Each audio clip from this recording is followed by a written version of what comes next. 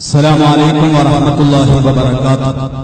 ടീച്ചറുടെ പ്രസ്താവനയും താന്ത്രി കുടുംബത്തിലെ അംഗത്തിന്റെ പ്രതികരണവും വളരെ ഭംഗിയായിട്ടുണ്ട്.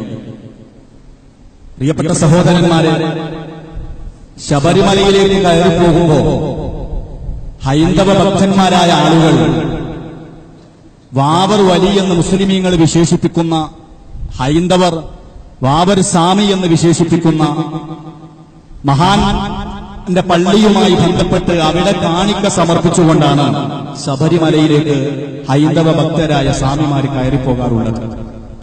പക്ഷെ കേരളത്തിലെ എന്നും വർഗീയതയുടെ വിഷം ചീറ്റുന്ന ഒരു ടീച്ചറുണ്ട്. സ്നേഹത്തിന്റെ നെൽത്തണ്ണീർ തുളമ്പുന്ന സമാധാനത്തിന്റെ കലമുടക്കാൻ ശ്രമിക്കുന്ന ഒരു ടീച്ചർ. ആ ടീച്ചർ കഴിഞ്ഞ ദിവസം ഒരു സ്വകാര്യ ചാനലിന് കൊടുത്ത ആഭിമുഖ്യത്തിൽ വാവർ മുസ്ലിമാണെന്ന് വിശ്വസിക്കുന്നില്ല. വാവർ സ്വാമി എന്ന് പറയുന്ന അല്ലെങ്കിൽ വാവർ വലി എന്ന് മുസ്ലിമീങ്ങൾ വിശേഷിപ്പിക്കുന്ന കേരളത്തിലെയും ഇന്ത്യ രാജ്യത്തെയും മുസ്ലിമീങ്ങളുടെ ഹൈന്ദവ ഹിന്ദു മുസ്ലിമീങ്ങളുടെ സൗഹൃദത്തിന്റെ അടയാളങ്ങളിൽ ഏറ്റവും പ്രധാനമായി ലോകത്ത് ബോധ്യപ്പെടുത്താൻ പറ്റുന്ന ഒരു ചരിത്ര യാഥാർത്ഥ്യത്തെ മെല്ലെ മെല്ലെ ചരിത്രത്തിൽ നിന്ന് ഇല്ലായ്മ ചെയ്യാനുള്ള വർഗീയവാദികളുടെ ഗൂഢമായ നീക്കത്തിന്റെ ആദ്യത്തെ തുടക്കമാണോ ഇത് എന്ന് ചിലപ്പോൾ നമ്മൾക്ക് തോന്നിപ്പോവുകയാണ്. നാം ഇവിടെ മനസ്സിലാക്കേണ്ട കാര്യമുണ്ട്. കാരണം നമ്മുടെ രാജ്യത്ത്, കേരളത്തിലും ഇന്ത്യ രാജ്യത്തുമൊക്കെ ഹിന്ദു മുസ്ലിമീങ്ങളുടെ ഐക്യത്തിന്റെ ധാരാളം ചരിത്രപരമായ വർദ്ധമാന കാലത്ത് ജീവിക്കുന്ന ഉദാഹരണങ്ങൾ നമുക്ക് കാണാൻ കഴിയും. വാവർ വലി എന്ന് പറയുന്ന വാവർ സ്വാമി എന്നവർ വിശേഷിപ്പിക്കുന്ന തിരുമേട് മുസ്ലിം ജമാഅത്തിന്റെ കീഴിൽ വളരെ തലയെടുപ്പുള്ള നല്ല ഗാംഭീര്യമായ ഒരു പള്ളിയടക്കമുണ്ട് അവിടെ. കാരണം ഇന്ത്യ രാജ്യത്തിന്റെ വിവിധ ഭാഗങ്ങളിൽ നിന്ന് കടന്നുവരുന്ന ഹൈന്ദവരെ ഏകോപിക്കുന്ന ഒരു ക്ഷേത്രമെന്നൊരു പക്ഷെ വിശേഷിപ്പിക്കാൻ പറ്റുന്ന അയ്യപ്പന്റെ ദർശനം തേടി മല കയറിപ്പോകുന്ന മുഴുവൻ ഇന്ത്യ രാജ്യത്തെ ഹൈന്ദവരുടെ മുന്നിലും ഇന്ത്യ എന്താണ് എന്ന് കാണിച്ചു കൊടുക്കുന്ന ഏറ്റവും വലിയ ഉദാഹരണമാണ് വാവർ പള്ളിയും അതുപോലെ തന്നെ ശബരിമലയുടെ ചുറ്റുവട്ടങ്ങളും. എന്താണ് ഇന്ത്യ? ഇന്ത്യ രാജ്യമെന്ന് പറയുന്നത് അനേകായിരം വർഷങ്ങളുടെ പഴക്കമുള്ള, സ്വാതന്ത്ര്യത്തിന് മുമ്പും ശേഷവും ധാരാളം ചരിത്ര പശ്ചാത്തലങ്ങളുള്ള, ലോകത്ത് വിവിധ ജാതി മത വ്യത്യാസഭേദമന്യേ ജനങ്ങളുടെ ആരാധനാലയങ്ങളും അമ്പലങ്ങളും പള്ളികളും ചർച്ചുകളും അതുപോലെ സംസ്കാരങ്ങളും ഭാഷകളുമൊക്കെ തോളോട് തോളൊരുമി നിൽക്കുന്നുകൊണ്ടിരിക്കുന്ന, ലോകത്തിന് മാതൃക സൃഷ്ടിക്കുന്ന ഒരു രാജ്യമാണ് ഇന്ത്യ. ആ ഇന്ത്യയുടെ യഥാർത്ഥ മുഖമെന്തെന്ന് ശബരിമലയിലേക്ക് എത്തുന്ന എല്ലാ ഭക്തജനങ്ങൾക്കും ബോധ്യപ്പെടും. കാരണം എന്തുകൊണ്ട്? വർഗീയതയുടെ അനുഭവങ്ങളുള്ള ഉത്തരേന്ത്യൻ സംസ്ഥാനങ്ങളിലും കേരളത്തിന്റെ പുറത്തുനിന്നും പലപ്പോഴും സംഘർഷഭരിതമായ സാഹചര്യത്തിൽ നിന്ന് അയ്യപ്പനെ തേടി വരുന്ന ഭക്തരായ ആളുകൾ കാണുന്ന കാഴ്ച ഒരു മുസ്ലിം പള്ളിയുടെ മുന്നിൽ വാവർ എന്ന് പറയുന്ന ഒരു ആത്മീയാചാര്യനായും വലിയായും ആത്മീയ പുരുഷനായും ചരിത്രത്തിൽ നിന്ന് പഠിക്കാൻ പറ്റുന്ന ആ വാവർ പള്ളിയുടെ മുന്നിൽ കാണിക്ക സമർപ്പിച്ചുകൊണ്ട് അയ്യപ്പ ദർശനത്തിന് വേണ്ടി കയറിപ്പോകുന്ന വല്ലാത്തൊരു ഉദാഹരണമുണ്ട്. ഒരു വല്ലാത്ത സന്തോഷകരമായ ആനന്ദകരമായ ഒരു അനുഭവമുണ്ട്. ഇത് കേവലം ശബരിമലയിലെ മാത്രം സാഹചര്യമാണോ? അല്ല. പൊന്നാനിയിലെ മഖ്ദൂമുമാരുടെ പള്ളിയും അവിടുത്തെ അമ്പലവും തമ്മിലുള്ള സൗഹൃദപരമായ അന്തരീക്ഷം അതുമാത്രമാണോ സഹോദര? അഥവാ കണ്ണൂരിൽ ചെന്ന് കഴിഞ്ഞാൽ അറക്കൽ രാജവംശവും ചിറക്കൽ കുടുംബവും തമ്മിലുള്ള വളരെ സൗഹൃദപരമായ അറക്കൽ രാജവംശം എന്ന് പറയുന്നത് അതൊരു മുസ്ലിം കുടുംബമാണ്, മുസ്ലിം രാജകുടുംബമാണ്. അതിന് സമാനമായി കണ്ണൂരിലെ ഏറ്റവും പ്രശസ്തമായ ഹൈന്ദവ പൂർവികരായ ആളുകളുടെ തറവാടാണ് ചിറക്കൽ എന്ന് പറയുന്നത്.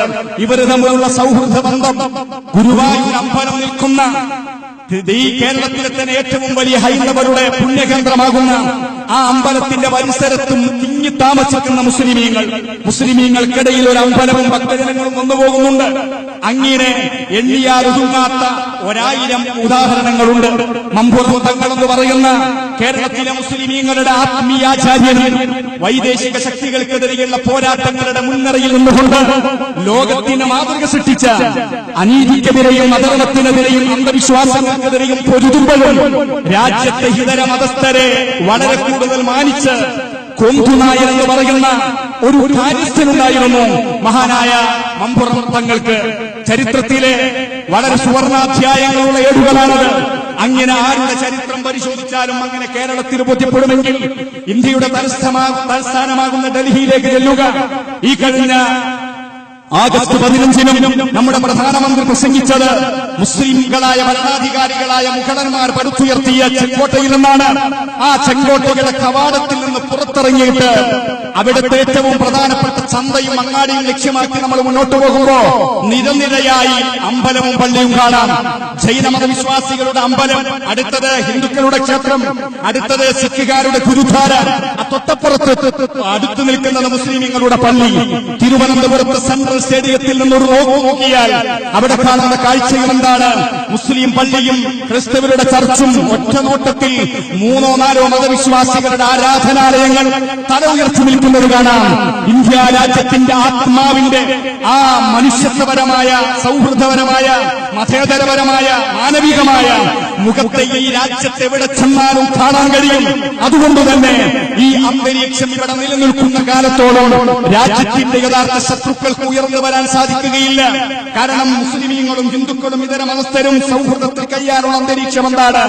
അയൽപക്ക ബന്ധങ്ങൾ പള്ളിയിലും അമ്പലത്തിലും വീടുകളിലുമൊക്കെയുണ്ട്. ഇടകലർന്ന് വിവിധ മതസ്ഥർ താമസിക്കുമ്പോ അവരുടെ വീടുകൾ ഇടകലർന്ന് നിൽക്കുന്നത് പോലെ അവരുടെ ക്ഷേത്രങ്ങളും അമ്പലങ്ങളും പള്ളികളും ഒക്കെ ഇടകലർന്ന് നിൽക്കുന്നത് സ്വാഭാവികമാണ്. ഇവിടെയാണ് സഹോദരന്മാരെ നമ്മുടെ രാജ്യത്ത് ഇവിടെ ഒരു കാര്യം നാം മനസ്സിലാക്കണം.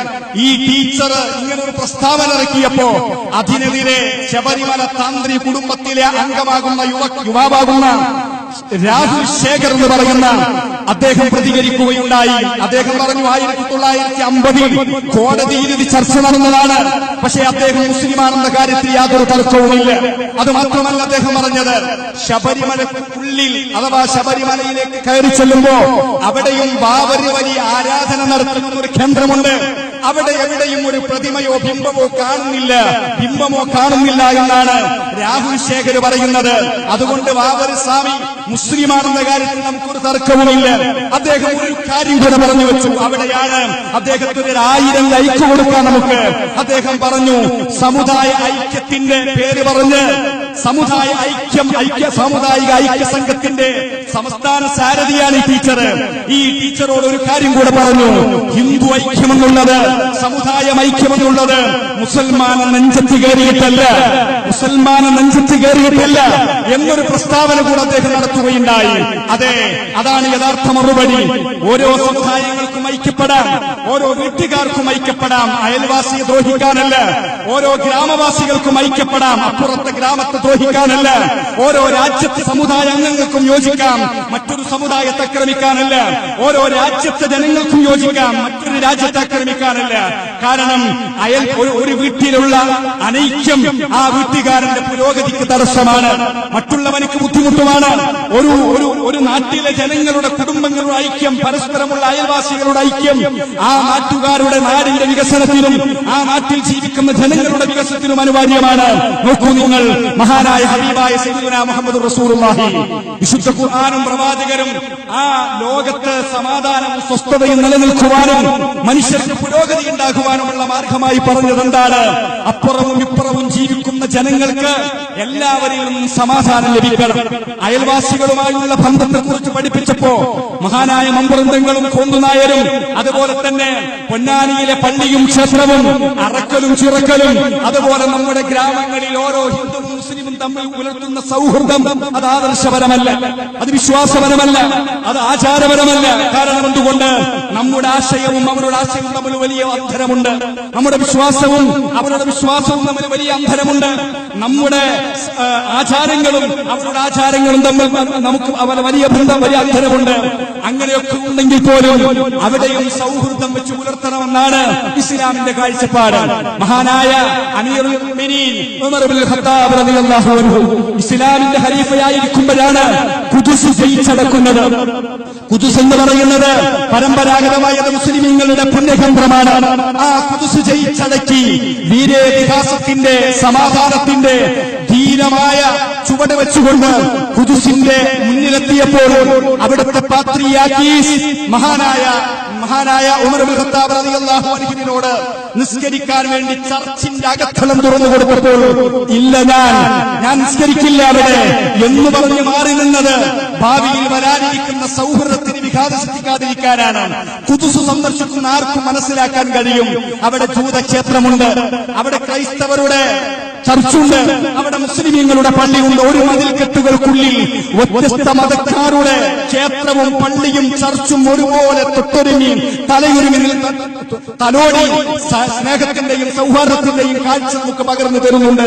വഅബ്ദുല്ലാഹ വലാ തുശ്രികൂ ബിഹി ശൈഅ വബിൽവാലിദൈനി ഇഹ്സാനാ വദിൽ ഖുർബാ വൽ യതാമാ വൽ ജാരി ദിൽ ഖുർബാ വൽ ജാരി ജുനുബി വസ്സാഹിബി ബിൽ ജംബി വബിനിസ് സബീലി വമാ മലക്കത് അയ്മാനുക്കും. വിശുദ്ധ ഖുർആൻ ഏകദൈവ വിശ്വാസത്തിന്റെ പ്രാധാന്യം പറഞ്ഞുകൊണ്ട്, കുടുംബ ബന്ധത്തിന്റെ പ്രാധാന്യം പറഞ്ഞുകൊണ്ട് അയൽപക്ക ബന്ധത്തിന്റെ പ്രാധാന്യം പറയുന്നുണ്ട്. അയൽപക്ക ബന്ധം പറയുന്നിടത്ത് ജാരിദിൽ ഖുർബാ വൽ ജാരി ജുനുബി എന്ന് പറയുന്നുണ്ട് വിശുദ്ധ ഖുർആൻ. അകന്നവരും അടുത്തവരുമായ അയൽപക്കക്കാർ, അകന്നവരും അടുത്തവരുമായ അയൽപക്കക്കാർ എന്ന് പറയുന്നത് പല അർത്ഥത്തിലും നമുക്ക് വ്യാഖ്യാനിക്കാൻ കഴിയും സഹോദരന്മാരെ. ഒന്ന്, ഒരയൽവാസി കുടുംബ ബന്ധുവും അയൽവാസിയുമാകാം, ഒരയൽവാസി മുസ്ലിമും അയൽവാസിയുമായ ഒരാളാവാം, ഒരയൽവാസി ഹൈന്ദവനായ ഒരു അയൽവാസിയാവാം, ക്രൈസ്തവനായ അയൽവാസിയാവാം. അതുകൊണ്ട് കുടുംബപരമായ അകന്ന അടുത്ത അയൽവാസി, അതുപോലെ തന്നെ കുടുംബപരമായ അകന്ന അയൽവാസി, സാമുദായികമായി അകന്നു നിൽക്കുന്ന അയൽവാസിയും സാമുദായികമായി അടുത്തു നിൽക്കുന്ന അയൽവാസിയും ഒക്കെ നമുക്കുണ്ടാവും. ഈ അയൽവാസികളെയൊക്കെ മാനിച്ച് അവർക്ക് നന്മ ചെയ്യണമെന്നാണ് വിശുദ്ധ ഖുർആനിന്റെ പ്രഖ്യാപനം. മഹാനായ ഹബീബായ സയ്യിദുനാ മുഹമ്മദ് റസൂലുള്ളാഹി നബി സല്ലല്ലാഹു അലൈഹി വസല്ലം നിങ്ങൾ പറഞ്ഞു, സഹോദരന്മാരെ, ലാ യുമിനു 3 തവണ ആവർത്തിച്ച് പറഞ്ഞപ്പോൾ സ്വഹാബത്ത് ചോദിച്ചു, യാ റസൂലല്ലാഹ്, ആരാണ് പൂർണ്ണനായി മുസ്ലിമാവാത്ത ആള്? ആ സമയത്ത് മഹാനായ ഹബീബായ സയ്യിദുനാ മുഹമ്മദ് റസൂലുള്ളാഹി നബി സല്ലല്ലാഹു അലൈഹി വസല്ലം നിങ്ങൾ പറഞ്ഞു, പൂർണ്ണനായി മുസ്ലിമാവാത്ത ആള് അല്ലദീ ലാ യഅമനു ജാറുഹു ബവാഖിബ ബായിക. ഒരു മനുഷ്യന്റെ ശർറിൽ നിന്ന്, ഉപദ്രവത്തിൽ നിന്ന് അവന്റെ അയൽക്കാർ സുരക്ഷിതരല്ലെങ്കിൽ, അവർക്ക് നിർഭയത്വം ലഭിക്കുന്നില്ലെങ്കിൽ, അവർക്ക് സമാധാനം ലഭിക്കുന്നില്ലെങ്കിൽ തീർച്ചയായും അവർക്ക് മുസ്ലിമാവാൻ കഴിയില്ല, യഥാർത്ഥ മുസ്ലിമാവാൻ കഴിയില്ലെന്ന് മഹാനായ ഹബീബ് മുഹമ്മദ് റസൂലുള്ളാഹി. അയൽപക്കങ്ങളിലൊക്കെ അസ്വസ്ഥതകൾ ഉണ്ടായിക്കൊണ്ടിരിക്കുകയാണ്.